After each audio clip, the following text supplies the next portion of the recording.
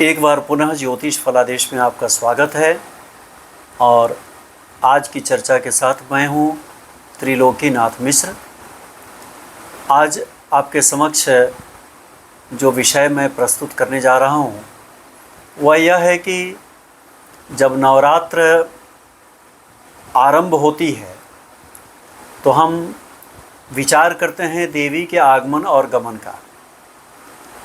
यहाँ पर पंचांगकारों एवं स्थानीय विद्वानों में मतभेद मतांतर उभर कर सामने आ जाता है कि देवी के आगमन का निर्धारण हम प्रथमा तिथि से करें या सप्तमी तिथि से करें।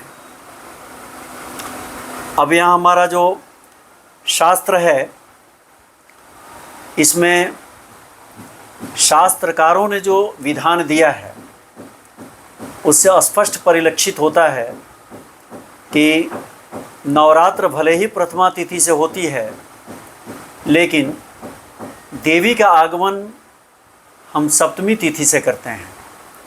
तो प्रथमा तिथि से लेकर के षष्ठी तिथि तक हम जो देवी की पूजा करते हैं वह एक सांकेतिक पूजा होती है। हम कलश की स्थापना करते हैं और गणेश अंबिका की पूजा करके कलश पूजन करके और हम देवी की पूजा करते हैं। वह पूजा जो है एक प्रकार से प्रतीकात्मक पूजा है, लेकिन संपूर्ण विधि विधान से जब हम पूजा करते हैं तो सप्तमी तिथि से करते हैं, क्योंकि षष्ठी तिथि की संध्या काल में हम बिल्व वृक्ष के समीप जाकर के जुग्म फल को आमंत्रित करते हैं। उस जुग्म फल वह है क्या? वह जुग्म फल जो है वह शिव और शिवा का स्वरूप है, अर्थात भगवान शिव एवं उनकी अर्धांगिनी माँ भगवती। और हम विधि विधान से उनको निमंत्रित करते हैं। संध्या काल में उनकी पूजा आराधना करके उनसे आग्रह करते हैं कि आपका जो यह कल्याणकारी युग्म फल है वह मुझे चाहिए। और पुनः सप्तमी तिथि को उचित मुहूर्त के अनुसार हम जाते हैं और उन्हें विधि विधान से लेकर के आते हैं। पंचांगकारों ने देवी का जो अधिवास का विधान दिया है वह सप्तमी तिथि को दिया है, क्योंकि मंडप में माता की स्थापना सप्तमी तिथि से होती है।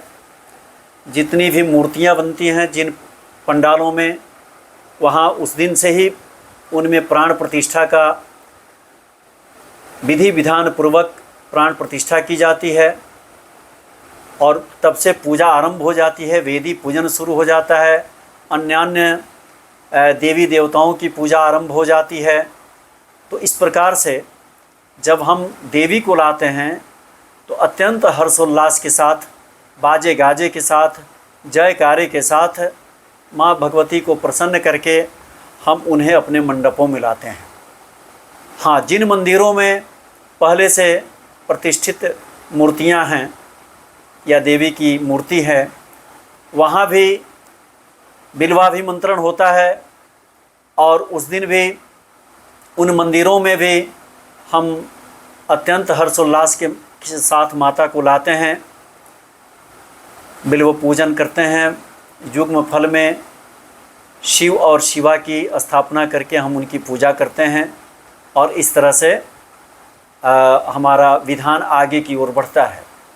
देवी के गमन पर कोई मतभेद नहीं है, लेकिन आगमन पर तो यहाँ जो जितने भी शास्त्रकार शास्त्रों में उल्लेख किए हैं उनके विधानों के अनुसार देवी के आगमन पर जो हम विचार करेंगे वह सप्तमी तिथि से करेंगे, न कि प्रथमा तिथि से।